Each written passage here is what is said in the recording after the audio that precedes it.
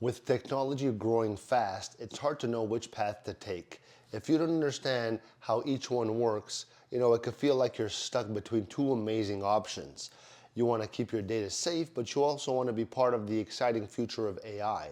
So which one do you choose? First, cybersecurity is about protecting systems and data from hackers. Experts like Norton and McAfee help keep your information safe.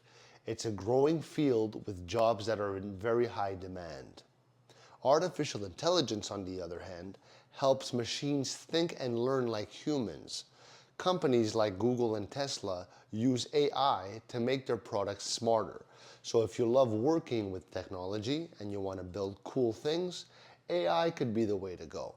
So basically, here's what you can do. First, you gotta research both fields. Second thing is you gotta try some online courses in cybersecurity or AI. Third thing is you gotta speak with people already working in these areas, get a better feel of it. The fourth is to stay updated on trends. And the fifth is to get hands-on experience with small projects.